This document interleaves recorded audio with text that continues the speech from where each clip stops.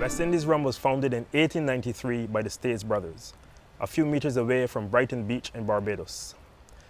We have been at the center of making Barbados rum for the last 130 years, and we are well known for the quality and variety of the rums we produce. This is actually made possible by the diverse range of stills we have here at West Indies Rum Distillery. We have column stills, we have copper pot stills, some from as far back as the 19th century, and even a rare three-chamber still, with famous names like the Vulcan, the Greg Farm, the Blair, and the John Doerr. These stills are well complemented by the abundance of information we have in our vault, where we have stored the old rum-making techniques and traditions. These actually form the basis of our experimentation and research. Whether it is using seawater or bacteria in fermentation to create unique flavor profiles, or the using different types of woods to age our rums. And none of this is possible without our team. Our staff is our most valuable asset. This talented and passionate team is committed to preserving the heritage of Barbados rum and is proud to be making a positive contribution to our island's rich rum culture and to our economy. When you get an opportunity, come and see this for yourself. Experience our island and our people and share in this rich history. What is Barbados rum? A great question. Of course, there's many expressions. The way I look at it is Barbados is the fruit and the result of its very, very long history. Remember, Barbados is the country where there was the first time the mention of rum in 1650, so very long history. And Barbados culture is about keeping the past and learning from the present. And that's very true in the rum. Barbados was a country that adopted the column still and even had its own patent about column distillation thanks to George Stade's West Indies Rum Distillery in 1893. And while they adopted this, at the time, modern technique, they kept the old pot stills and creating a perfect blend with the two. And that's still very true about Barbados, the balance, the elegance, the elegant fruit notes, slight chocolate, raw chocolate notes that are all very well balanced, and the integration of the wood aging that you will see with vanillin and some coconut elements. That's something very specific to Barbados that you find in the true expressions.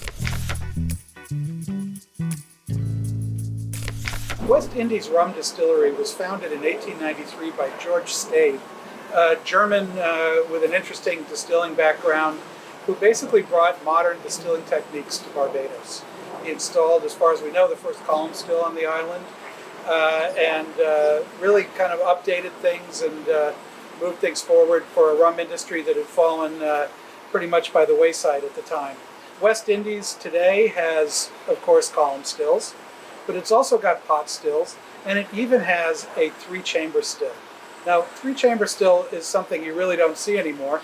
It was a 19th century piece of American technology used extensively for making rye whiskey in America and really used nowhere else, except this one apparently made it down to the Caribbean at some point, and it turns out it makes very interesting rum.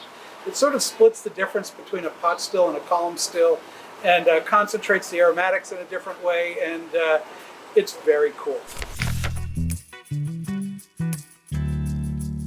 Okay, so here we have the famous Vulcan three-chamber still. As far as we know, it's a very rare still, and it's probably the only one of its kind still existing in the world today. Now, how it operates is that there's a top chamber or a preheat chamber.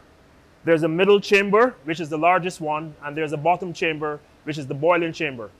To start, we put wash in the top and the middle and water in the base. We then apply heat indirectly to the bottom. Vapors are formed, and that is used to distill the middle chamber. Those vapors then preheat the top chamber and flow through a series of condensers on their way to the storage. Now, for the next batch, what we do then is transfer each chamber. First, the bottom chamber is dumped to drain. Then the middle chamber is transferred to the bottom. The top chamber is transferred to the middle. And a new batch is put into the top for preheat. And we do that cycle then 5 times over the course of the day. Now, the product from this is very unique based on how those interactions take place between the separate chambers. And at the end of it, you can get a product that ranges between 40% up to barrel strength. Sometimes you barrel right away. Other times, we send it to a second distillation in our Greg Farm still. So, the Vulcan still, the 3-chamber still, roughly, how does it work? So basically, we start with liquid in each chamber, the top, the middle, and the bottom. We then apply steam to the bottom chamber. That heat rises through to the middle chamber where the distilling occurs. And then the vapor from that chamber rises through the top chamber, preheating the liquid that's there. And then the vapor continues over into a partial condenser. The liquid that condenses there returns to the middle chamber as reflux, and the rest of the vapors continue to the final condenser. There, we can take the product sample and decide which receiver it needs to go to. Is it easy to use? Digger here can show you exactly what he would do on a normal day. So the first thing he would do is to apply steam. And basically, after he does that, he needs to see the impact of that steam. So he would then monitor his temperature to see how the Vulcan is operating. He can also take a sample to test the strength. And basically, that's how easy it is to operate the Vulcan. What's the ABV of the spirit that comes off of it? The product from the Vulcan is going to come off near the barreling strength and as low as bottling strength. So that's anywhere between 40 to 65% strength just for the first distillate. What's the spirit that comes off of this still like? What does it taste like? How is it different from other spirit, from the other rum that you make? The first distillate from the Vulcan product is clear, similar to the column distillation or the pot distillation, but the complexity and the compounds within it are heavier than a column distillation, yet lighter than a pot distillation. This sits just in between the two types of distillations. And with the Vulcan, we can achieve a more rounded, yet heavier than the pot still product. And how does the spirit react to aging? So here we have 2 samples. In my right hand is a fresh sample from the Vulcan. In my left hand is a 6-month-old sample that has been aged in a bourbon barrel. Very sweet, but yet very floral. After 6 months aging, the ester note comes through a lot more prominently. It's more rounded and balanced. So yes, the barrel does add a lot of complexity to the sample from the Vulcan. Here we stand at the center of the distillery with more than 100 years of heritage and more than 100 years of experimentations.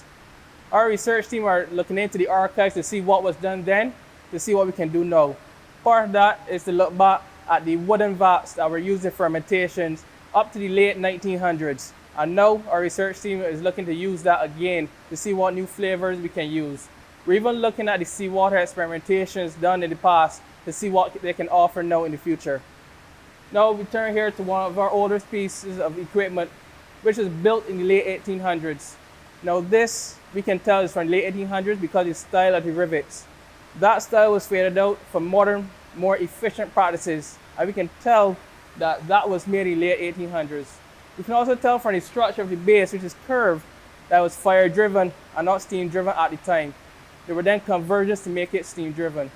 And we have this very unique neck. It's a straight neck with a slightly tilted line arm, and that gives us a particular profile, particular sense of quality that we can now reproduce for our productions.